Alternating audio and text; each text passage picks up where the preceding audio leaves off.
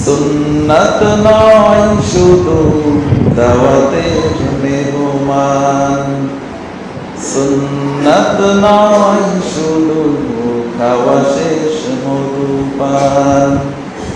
আরো কিছু সুন্নাত আছে তুমি জানো কি? জানলেও জীবনে কখনো তা মানো কি? আরো কিছু সুন্নাত আছে তুমি জানো কি? জানলেও জীবনে কখনো তা মানো কি? সুন্নাত শুধু নয় মাজলুম সহায়ক, সুন্নাত ওহুদে জালিমের প্রতিরোধ। সুন্নাত শুধু নয় নির্জন ধ্যানে যাওয়া, আর সুন্নাত হলো পাথরের আঘাত খাওয়া।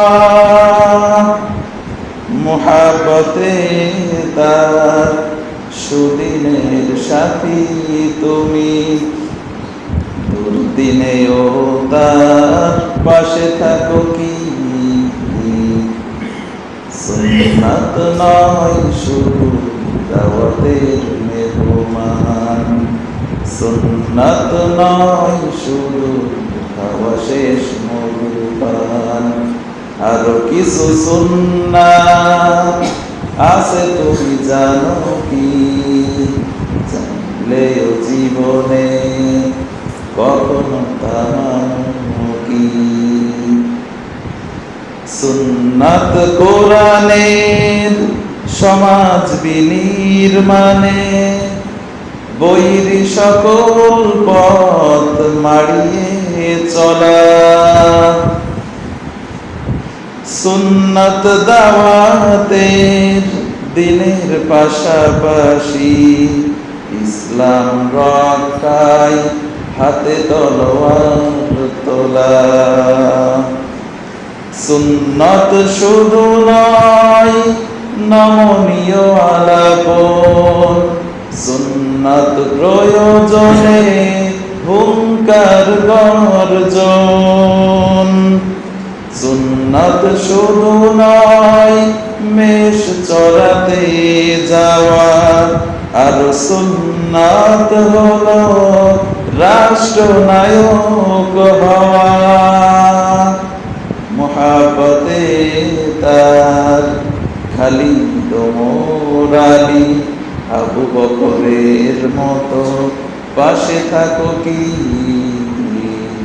সুন্নাত নয় শুধু দাওয়াতের মেহমান, সুন্নাত নয় শুধু খাওয়া শেষ মধুপান। আরো কিছু সুন্নাত আছে তুমি জানো কি? জানলেও জীবনে কখনো তা মানো কি? তাহলে সুন্নাত শুধু নরম নরম সুন্নাতগুলো পালন করলে হবে না, গরম যে সুন্নাতগুলো আছে এইগুলো আপনাকে পালন করা লাগবে। যাই হোক, সেই নবীর উপরে সংক্ষেপে দরুদ পড়ি, বলি সাল্লাল্লাহু আলাইহি ওয়াসাল্লাম। আমি আপনাদের সামনে পবিত্র কোরআনের সূরাতুল বাকারার ৬২ নম্বর আয়াত নিয়ে সম্ভবত ৮ কি ১০ জমা কথা বলতেছি। যাই হোক, এর ভিতরে অনেক কথা আছে, আজকে মোটামুটি শেষ করার চেষ্টা করব, যদিও শেষ করা সম্ভব না। আল্লাহ রাব্বুল আলামিন বলতেছেন, ইন্নাল্লাযীনা আমানু, নিশ্চয় যারা ঈমানদার, ওয়াল্লাযীনা হাদু ওয়ান নাসারা ওয়াস-সাবিঈনা মান আমানা বিল্লাহ, এবং ইহুদি, খ্রিস্টান এবং সাবি, এই ৩ শ্রেণীর মধ্যে থেকেও যারা ঈমান এনেছে আল্লাহর পরে, ওয়াল ইয়াউমিল আখির, কিয়ামত দিবসের প্রতি, ওয়া আমিলা সলিহান, এবং ঈমান আনার সাথে সাথে ভালো কাজ করেছে, ফালাহুম আজরুহুম ইনদা রাব্বিহিম, তাদের জন্য তাদের রবের কাছে রয়েছে মহা পুরস্কার। ওয়ালা খাউফুন আলাইহিম ওয়ালা হুম ইয়াহজানুন, আর তাদের কোনো ভয়ও থাকবে না, কোনো চিন্তাও থাকবে না। এই হচ্ছে আয়াতের অর্থ। আমি এই ইমানদার কারা আর ইমান ভঙ্গের কারণ কি এইগুলো সম্পর্কে বিস্তারিত আলোচনা করেছি না, মনে আছে না? তাহলে ইমান আনতে গেলে 4টা শর্ত পালন করা লাগে। এক হচ্ছে আল্লাহর অস্তিত্বে বিশ্বাস, আল্লাহর গুণাবলীতে বিশ্বাস, আল্লাহর কুদরতে বিশ্বাস, আল্লাহর হুকুম আহকামে বিশ্বাস। এই 4টা শর্ত যদি কেউ পালন করে তাহলে তাকে ইমানদার হিসেবে গণ্য করা যাবে। এরপরে ইমান ভঙ্গের যে কারণগুলো, কতগুলো কারণ আছে যেগুলো করলে ইমান ভেঙে যায়, বলছি না, গত জুমায়ও বলছি। তাহলে ইমান আনতে হবে যে শর্তগুলো আছে, এই শর্তগুলো মেনে। 2 নম্বরে ইমান ভঙ্গের যে কারণগুলো আছে এই কারণগুলো কখনো করা যাবে না। এরপরের ব্যাপারটা হচ্ছে ইহুদি কারা? ইহুদিদের সম্পর্কে আমি বলছি না, ইহুদি হচ্ছে মুসা আলাইহিস সালামের অনুসারী যারা ছিল। কোন কোন ঐতিহাসিকগণ, মুফাসসিরগণ বলেন যে হযরত ইয়াকুব আলাইহিস সালামের এক ছেলে ছিল, তার নাম হচ্ছে ইয়াহুদ। এই ইয়াহুদের বংশ থেকে যারা এসেছিল তাদেরকে ইয়াহুদি বলা হয়। আর এই জায়গা ইহুদি দ্বারা আল্লাহ রাব্বুল আলামিন পথভ্রষ্ট যারা, তাদেরকে বুঝিয়েছেন।